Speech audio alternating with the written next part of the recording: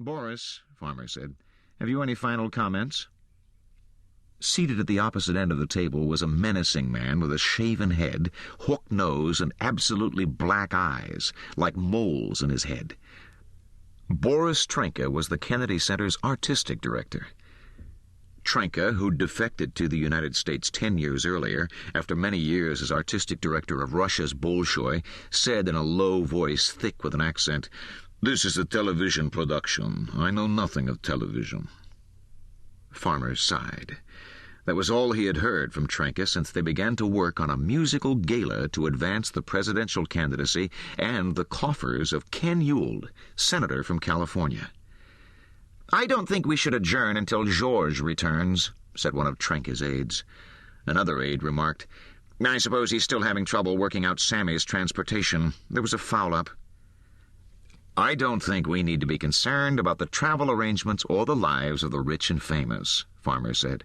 "That's George's job." "I should hope it's not ours," said Trenka haughtily. Farmer ignored him and looked at an attractive young woman seated to his left. "The stars will get here. Anything we've neglected to cover, Andrea?" Andrea Feldman had worked with Ewald for a little over a year. Because a great deal of her 5 feet 9 inches was in her legs, she didn't appear to be tall when seated. She had thick black hair that hung loosely to her shoulders, and a face surprisingly fair, considering the dusky color of her hair and striking eyes. She wore a smartly tailored gray suit and a white blouse with a simple collar, and her makeup was so expertly applied as to be undiscernible. Her nails were without polish, and the only jewelry she wore was a simple gold band on the ring finger of her right hand. She smiled. "No, Ed, I think that covers it.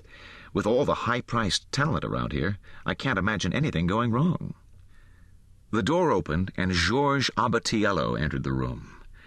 A veteran director of TV music specials, including the previous year's Grammy Awards, he was a short, slight man with thinning hair, a perpetual look of harassment, and hands in constant flight, small birds hovering around a feeder or a meeting.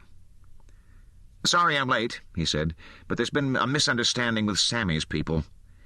He plopped in a chair next to Trenka and said, "Sammy's marvelous, just dances through these problems, you know. The old soft shoe." He looked at Trenka. "Have I missed anything?"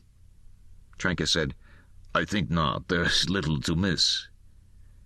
"Oh, there is something else," Andrea Feldman said, holding a finger in the air. "Miss Gatteau's manager wants us to put her on later in the program." Abatiello stood, hands moving. "That's ridiculous. Impossible." "Why?" Farmer asked. "Why?" Abatiello said in a voice that had risen to fly with his hands. "You don't just arbitrarily change the order of guest appearances. We've choreographed this down to the last second. The final version of the script is being typed at this moment.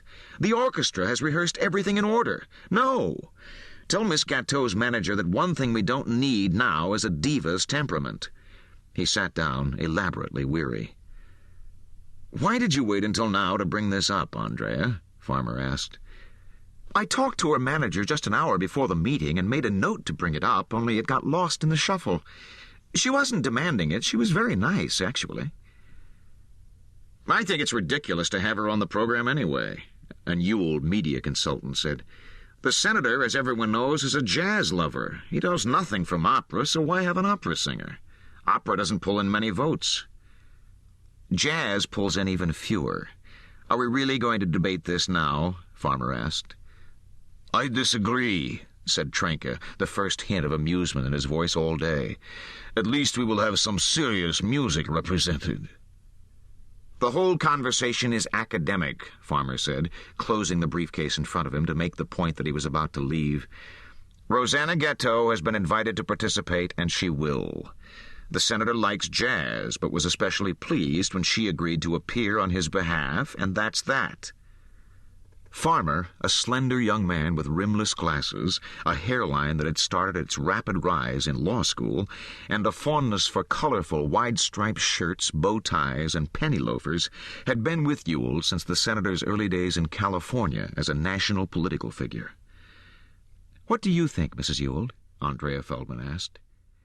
Leslie Ewald smiled. "I think I share..."